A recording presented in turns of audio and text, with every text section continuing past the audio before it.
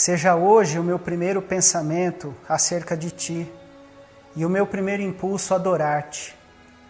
Minha primeira palavra seja o Teu nome e meu primeiro ato ajoelhar-me diante de Ti em oração.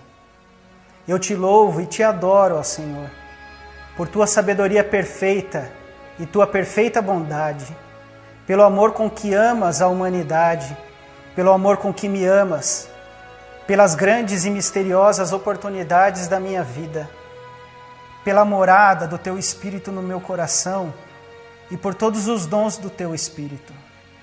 Ao concluir minha primeira oração, não me permita, Senhor, pensar que meu culto terminou e venha eu a passar o dia esquecido de Ti.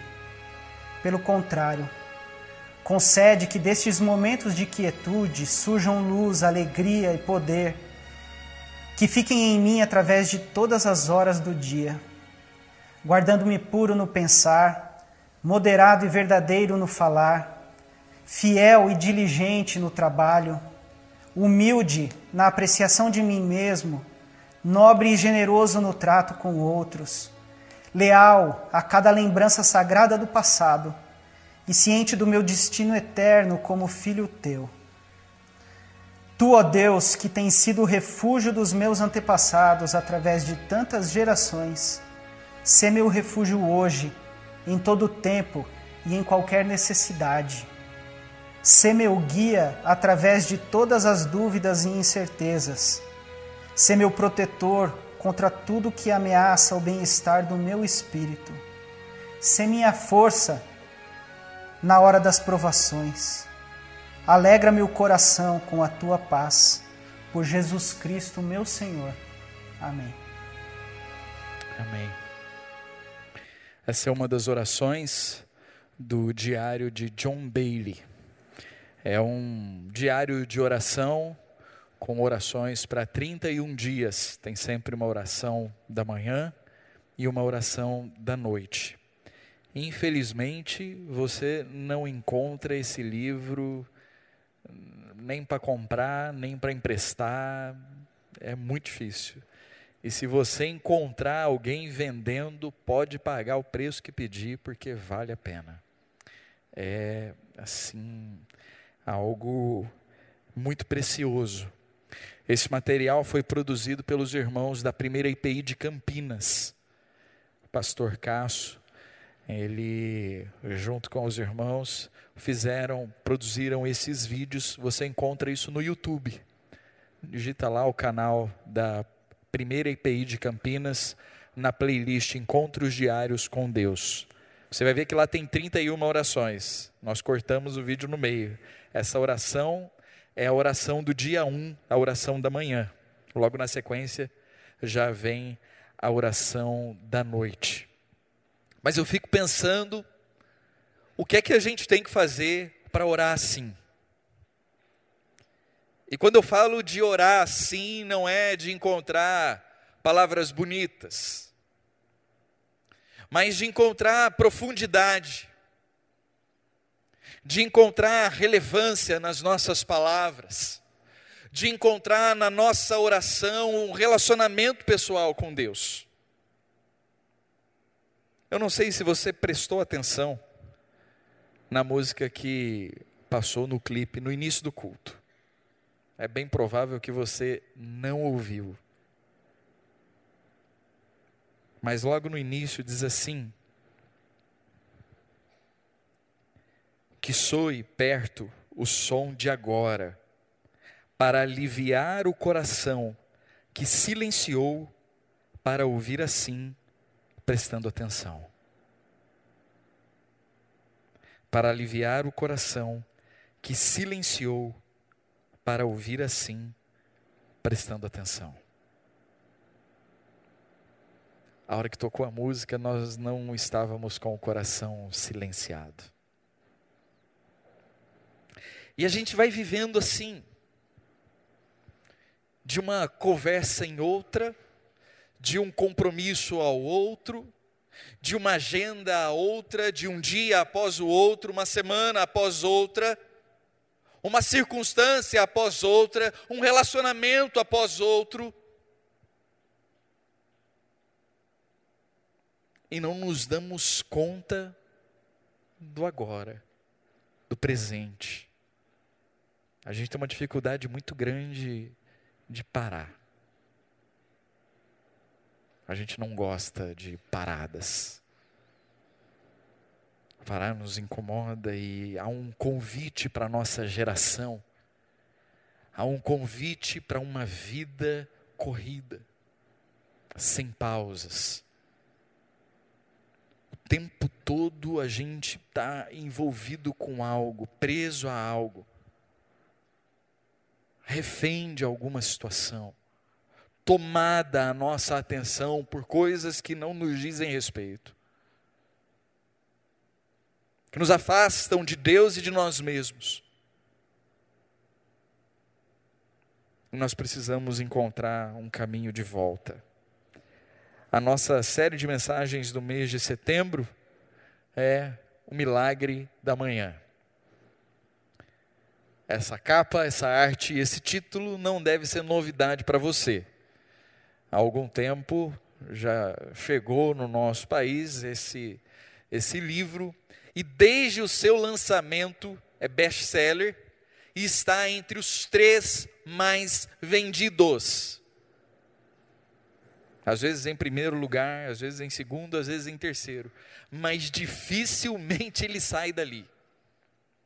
A não ser quando surge algum lançamento assim que é muito vultuoso, mas ele fica fora uma semana e volta na outra.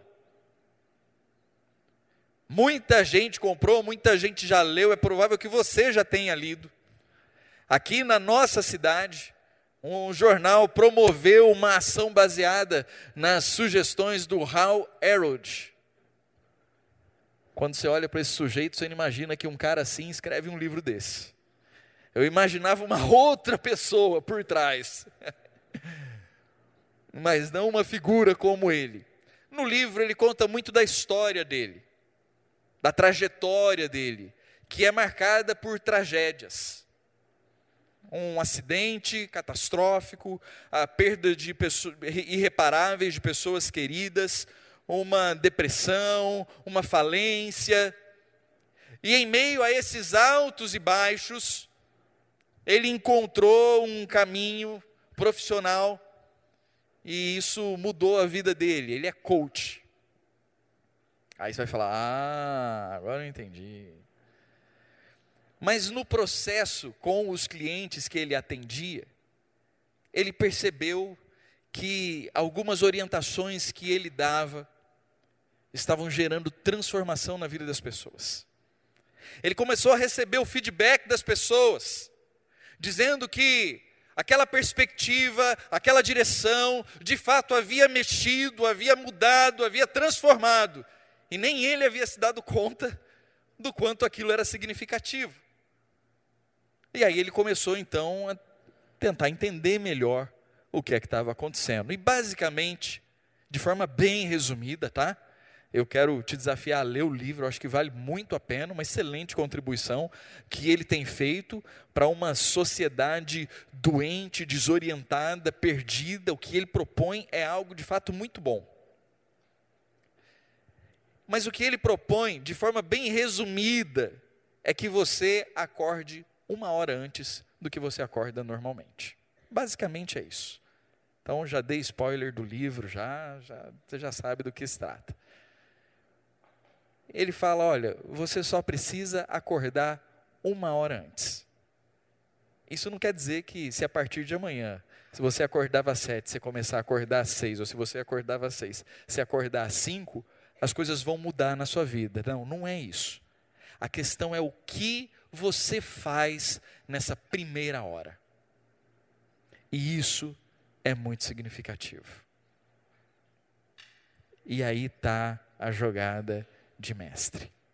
E ele sugere aquilo que ele chama de 6 salvadores de vida. O primeiro é o silêncio. O segundo são afirmações. E a afirmação aqui não tem nada a ver com o discurso positivo, a confissão positiva, né, de que tudo vai dar certo. Não, não é isso. A afirmação tem a ver com o seu propósito. Então você vai escrever qual é o seu propósito de vida. Eu existo para isso. Eu nasci para isso.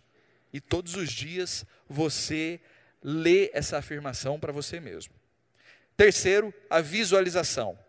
E a visualização é do seu dia, seus compromissos, suas tarefas, suas responsabilidades, o que você tem para fazer. Então você visualiza todo o seu dia, sua agenda. Quarto, exercícios físicos. Todo domingo estou falando sobre isso aqui, né? É quase uma confissão de culpa isso.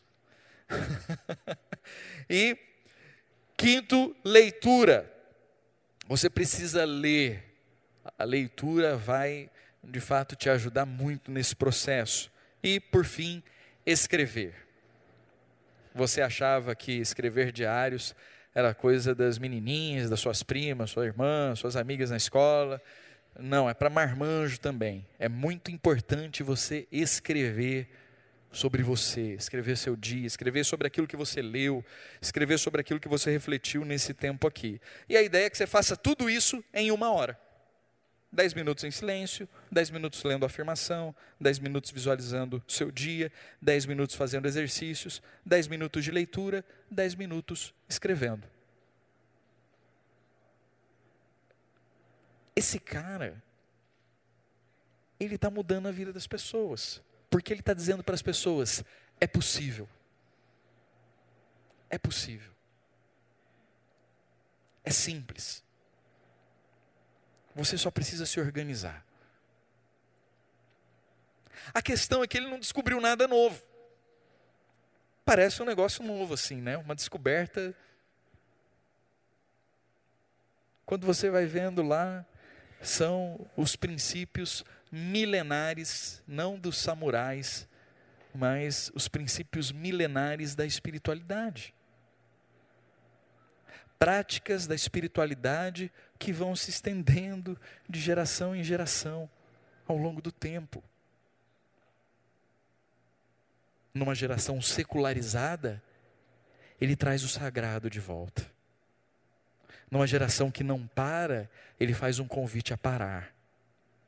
Numa geração que não olha para si, ele diz, é importante que você olhe para você. Por isso, no mundo inteiro, há uma comunidade praticando isso.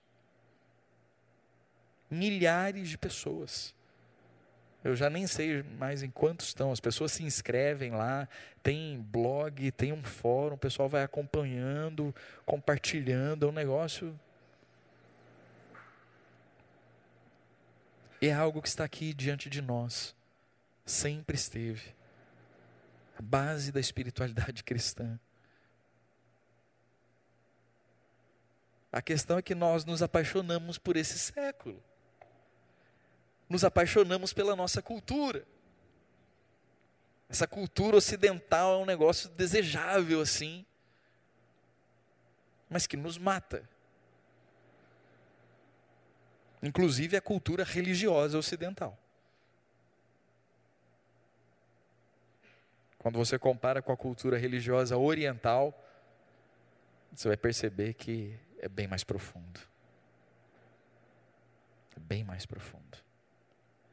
Então a gente tem uma jornada a percorrer, e isso tem a ver sobre como você encara sua vida devocional.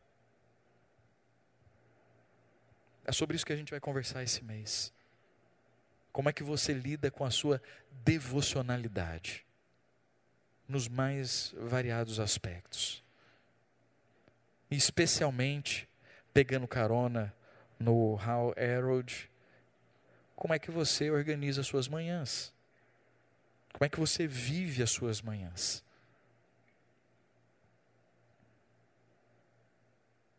Nós vamos ler juntos o texto de 1 Timóteo, capítulo 4, vamos lá? Rejeite, porém, as fábulas profanas e tolas, e exercite-se na piedade. O exercício físico é de pouco proveito. A piedade, porém, para tudo é proveitosa, porque tem promessa da vida presente e da futura. O apóstolo Paulo, quando escreve a Timóteo, especialmente ali no capítulo 4, ele começa a preparar Timóteo para algumas coisas que já estavam acontecendo, que estavam rondando a igreja naquele momento. É o que ele chama de espíritos enganadores e doutrinas de demônios. Lá no início do capítulo 4, você vai ver isso já no primeiro verso. E a preocupação de Paulo, mais do que com esse ensino equivocado e com essa cultura equivocada, é com aquilo que ele começa a tratar logo após essa orientação, que é sobre a apostasia. É a preocupação com que as pessoas abandonassem a fé, deixassem a fé, por causa de um ensino errado, uma orientação errada, uma perspectiva equivocada sobre Deus, sobre a fé, sobre a vida.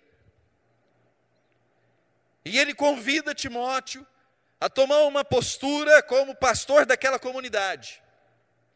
E ele diz: você precisa ensinar a sã doutrina. Não se canse de ensinar e orientar. O verso que antecede o que nós lemos diz: se você transmitir essas instruções aos irmãos, será um bom ministro de Cristo Jesus, nutrido com as verdades da fé e da boa doutrina que você tem seguido. Qual é a doutrina que você tem seguido? Quem é que você ouve? Quando você fala sobre a sua fé, sobre as suas crenças, quem é que está falando por você? Que a gente fala aquilo que a gente aprende com alguém, isso é natural, normal.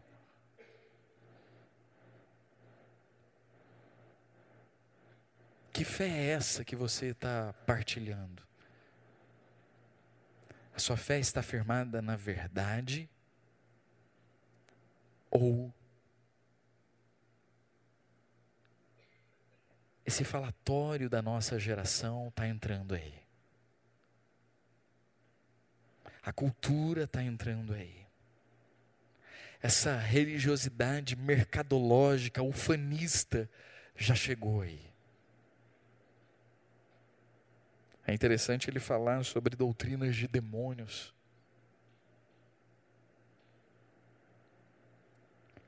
Uma vez, tratando uma situação lá, alguém disse: não pode fazer determinada coisa. Uma coisa corriqueira, comum assim. Mas por quê? Porque isso aí é do diabo. Da onde você tirou isso? Eu estava expulsando um demônio e o demônio me falou isso. Pô, a gente acredita mais no demônio do que na palavra de Deus. A gente cai nessa conversa. Mas como tem todo um aspecto espiritual envolvido nisso, isso nos encanta, isso nos envolve. Porque de fato a gente não quer o mal de ninguém. Mas Paulo diz: rejeita as fábulas profanas e tolas. Se firma na verdade. Sobre fábulas profanas e tolas, há duas possibilidades aí. Uma é de que Paulo está se referindo às lendas judaicas. O judaísmo tem muitas histórias. Então essa é uma possibilidade, que ele estava se referindo a isso. Uma outra possibilidade é que ele está fazendo referência aos mitos gnósticos. O gnosticismo, naquele momento na história da igreja, era uma grande e uma forte ameaça. E os mitos gnósticos envolvem uma série de historietas com deuses e coisas do terceiro céu, do quarto céu. Era uma coisa mais ou menos assim. E a ideia de que quanto mais você se aproxima da luz, mais você vai subindo na escala da espiritualidade. E que você precisa buscar o conhecimento. O ET Bilu já fazia discípulos desde essa época, né? Busquem o conhecimento. E isso estava afetando a igreja. E especialmente a doutrina acerca de Cristo. Quem é Cristo? Por isso, o apóstolo Paulo, ele é muito incisivo em chamar a atenção de Timóteo, dizer, olha, se afasta dessas coisas, rejeita essas coisas, e exercite-se na piedade. Você precisa se exercitar na piedade. A gente fica tentando entrar em debate teológico com pessoas que não querem debater, só querem afirmar aquilo que elas creem.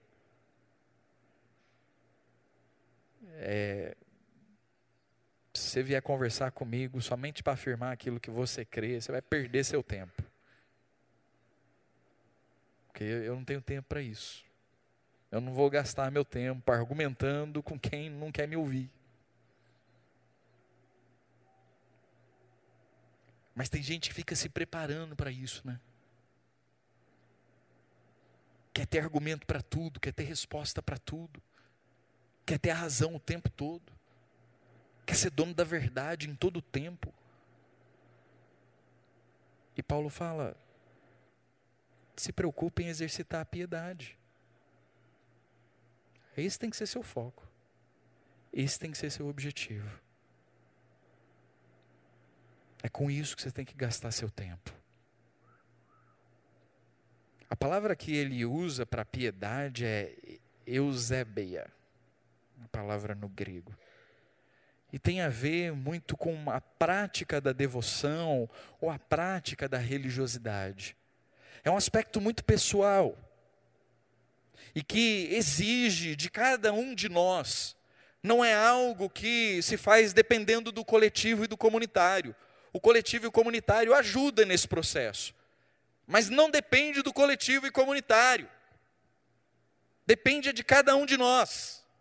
Depende desse esforço pessoal, individual. Depende dessa coerência entre crer e viver o que se crê.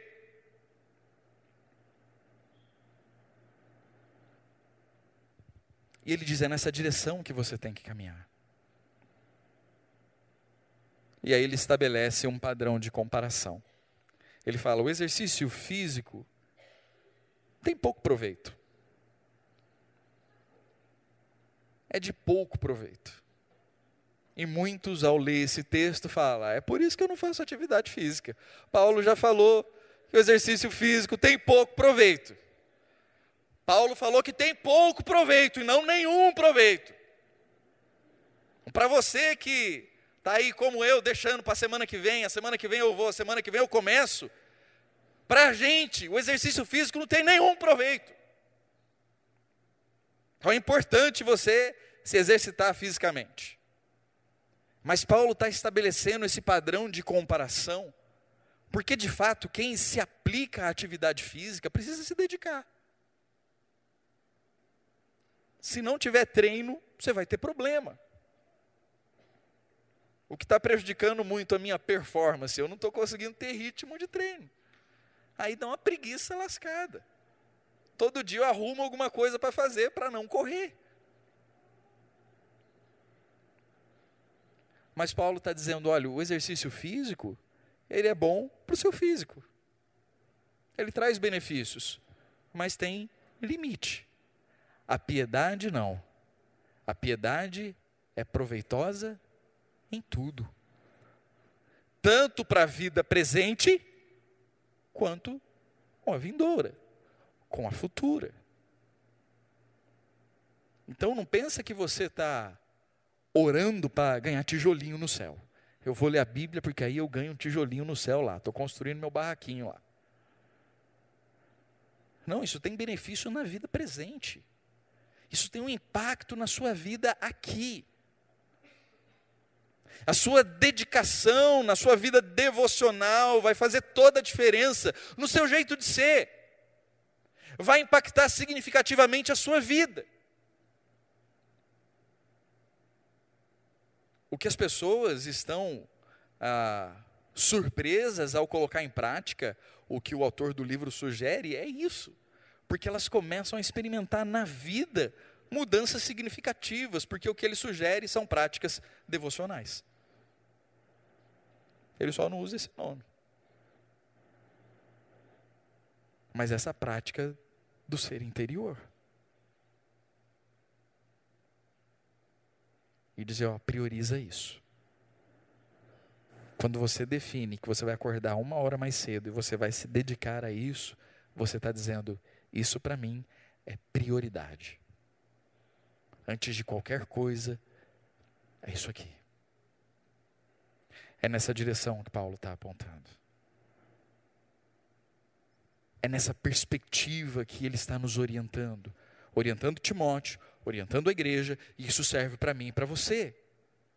Qual é a primeira coisa que você faz ao acordar pela manhã?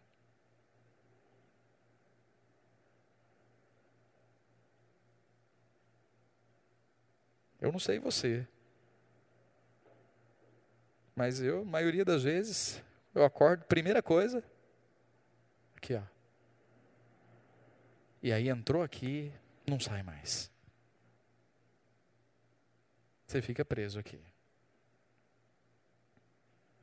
A primeira vez que eu tive contato com a oração do John Bailey, e com as primeiras palavras da oração,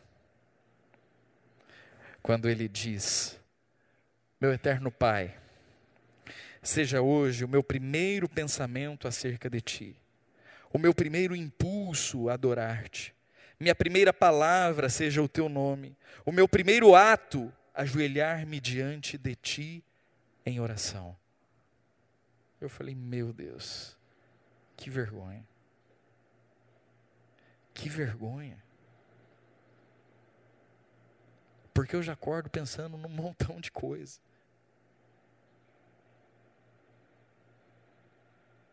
Eu já acordo fugindo de Deus. Eu já acordo me esquivando de Deus. Eu já acordo não querendo ter esse contato com Ele. E o quanto isso é ruim. O quanto isso nos machuca. O quanto isso nos afeta. E se você já tem uma jornada na igreja há algum tempo, você precisa lidar com isso, né? Porque aqui, você não pode ficar dando desculpa todo dia, que você nunca lê a Bíblia, que você nunca ora. A gente fica naquela que assim, é difícil, né?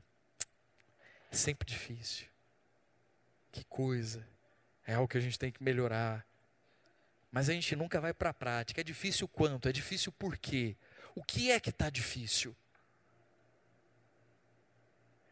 E sabe qual é a implicação disso? Nós começamos a liderar sem Jesus. Você é líder na comunidade. E especialmente por ser líder na comunidade, você não tem tempo. Porque você tem muitas obrigações. E aí você não tem tempo para orar, para ler a Bíblia, você começa a liderar aqui sem Jesus. Você serve num ministério, e até por servir num ministério, tamanha a demanda, você não tem tempo para orar, para ler a Bíblia, para parar. E aí você começa a servir sem Jesus. Você começa a viver sem Jesus. Você começa a falar sobre Jesus sem ouvir a Jesus. A decidir as coisas sem antes consultar a Jesus. Porque o seu coração está longe. Você tem outras prioridades. E quando a gente diz, eu não tenho tempo, eu e você, quando a gente diz isso, o que a gente está querendo dizer, na verdade, é que, para mim, isso não é prioridade. É isso que a gente comunica. Porque se for prioridade, a gente faz. O fato é que não é.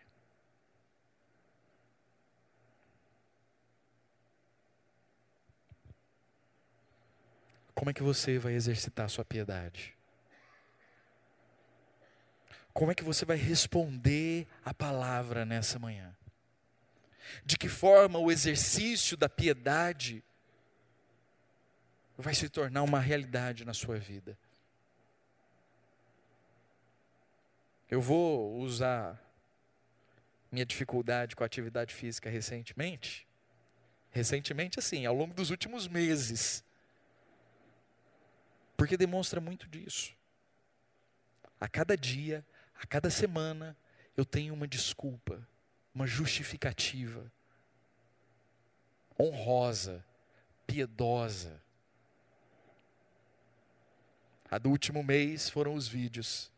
Então eu acordava já pensando nos vídeos, aí aquilo me consumia, aí eu não tinha tempo para ir correr.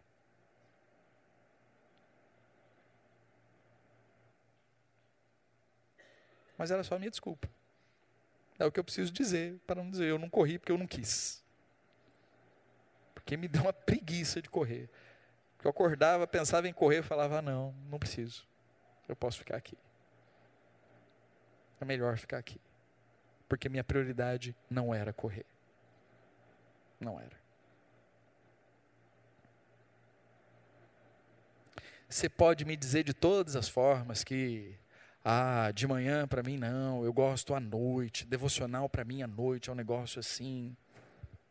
Eu não vou duvidar da sua experiência, é a sua experiência. Mas quando eu olho para a palavra, quando eu olho para as orientações bíblicas, você vê que há um espaço na nossa vida que, se for dedicado somente a isso, vai fazer toda a diferença. Quando Deus estabelece os sacrifícios, Ele vai dizendo, olha, vocês vão fazer o sacrifício no tabernáculo manhã após manhã, manhã após manhã. Você vê os salmistas dizendo o quanto eles ansiavam buscar a Deus pela manhã. Lemos o Salmo 143. Fala-nos do seu amor leal pela manhã. Pela manhã. Quando você olha para a vida devocional de Jesus, quantas vezes Jesus, ou os evangelistas relatam que de madrugada, antes do amanhecer, Jesus saiu para orar. Por que Jesus fez isso? Há uma piadinha aí que é, Jesus ia de madrugada porque não tinha fila.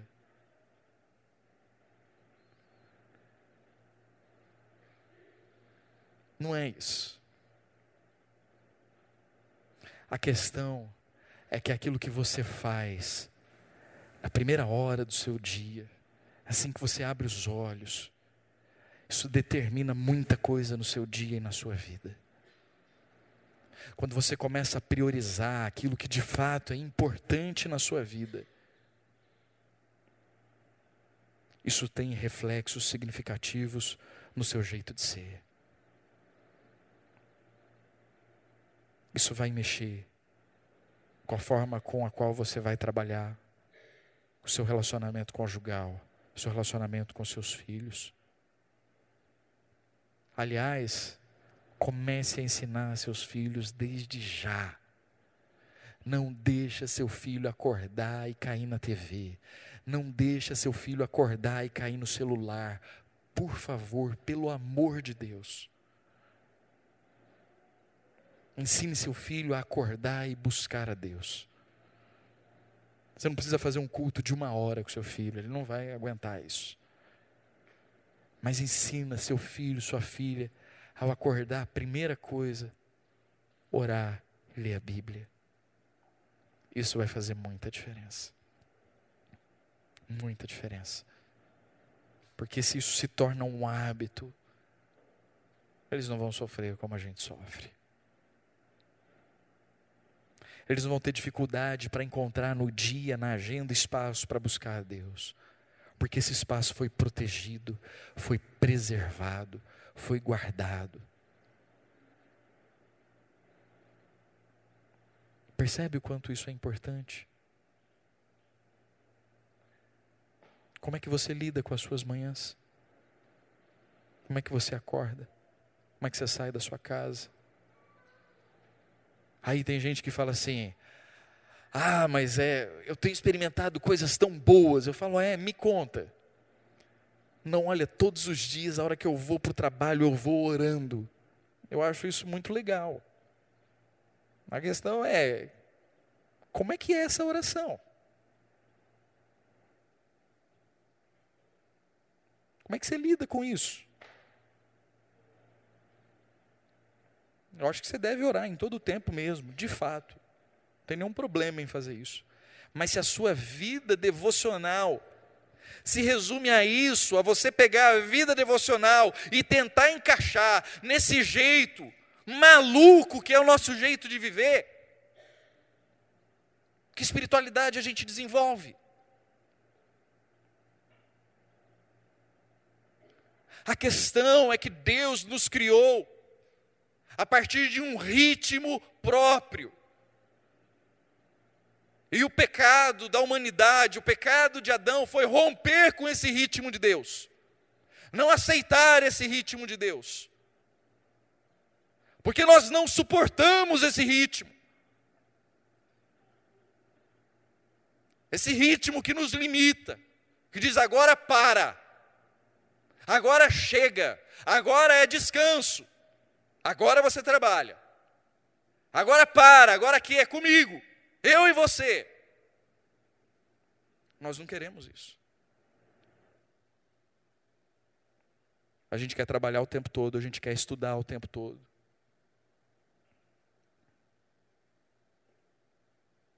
Aliás, se você está em ritmo de estudo para vestibular, e na sua agenda de estudo não tem tempo de parada e descanso, cuidado. Cuidado. É um caminho perigoso. Muito perigoso. Percebe o quanto isso nos afronta? E a gente fica indignado. Porque como é que mexe na nossa agenda assim?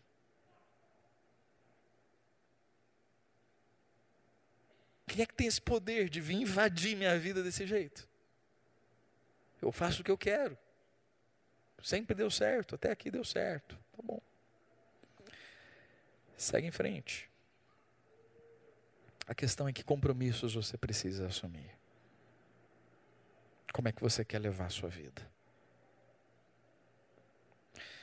Nós vamos conversar ao longo dos próximos domingos sobre como lidarmos com a nossa vida devocional. Hoje a gente está dando o pontapé inicial. É só essa chamada de atenção para a gente tentar entender onde a gente está. Estabelecer aonde a gente precisa chegar. Se você deseja caminhar com a gente nessa jornada, fica com a gente. Eu quero deixar algumas aplicações e implicações. Primeiro, existem ideias inadequadas que me afastam da verdade. Eu sei que, mesmo não tendo um tempo de oração, de leitura, de meditação na Bíblia, você busca alguma coisa. E o YouTube está aí, facilitando a nossa vida e complicando a nossa vida, né? Porque não tem filtro nenhum ali. Nenhum. Então, como é que você avalia aquilo que você recebe? Isso passa sobre qual filtro? Que crítica você faz sobre as pessoas quem você ouve? Que você está recebendo de fato é o ensino da verdade ou é um ensino equivocado? Segundo, como ressignificar minhas manhãs? Você pode correr para tudo quanto é lado. Se você não quer ouvir sobre isso, não venha esse mês. Porque nós vamos falar só disso. Mas, se quiser tentar entender melhor por quê, como isso funciona, caminha com a gente e começa a pensar. Como é que você pode mudar a sua perspectiva sobre as manhãs? E por fim, quem pode me acompanhar na jornada? Assim como a atividade física, ter alguém junto facilita demais. Porque incentiva, encoraja, partilha as dificuldades, chora junto, reclama, mas ajuda a seguir em frente, né? Alguém a quem a gente prestar contas. Então, quem é que pode caminhar com você ao longo da jornada? Pensa em alguém, conversa com essa pessoa, peça ajuda. Fala, eu quero entender melhor como fazer isso. Feche seus olhos. E responda aquilo que Deus falou ao seu coração nessa manhã.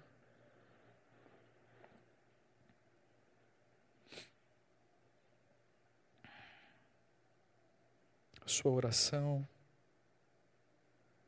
a sua resposta,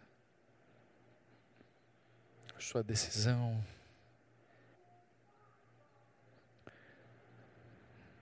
Recebe, Senhor, a nossa oração nessa manhã. É o nosso ato de consagração a Ti. Reconhecendo que somos consumidos pelo mal deste século, por espíritos enganadores, doutrinas de demônios, fábulas profanas e tolas, conversas sem sentido, ensinos inadequados. E isso tem nos roubado a essência do Senhor nas nossas vidas. Isso tem nos afastado de Ti e de nós mesmos.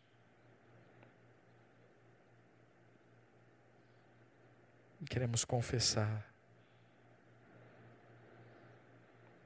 o nosso pecado e não priorizarmos o tempo contigo.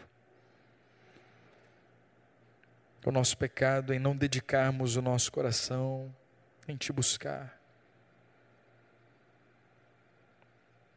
O nosso pecado de amarmos mais a história do que a eternidade. O pecado de nos afastarmos de Ti e dos Teus caminhos.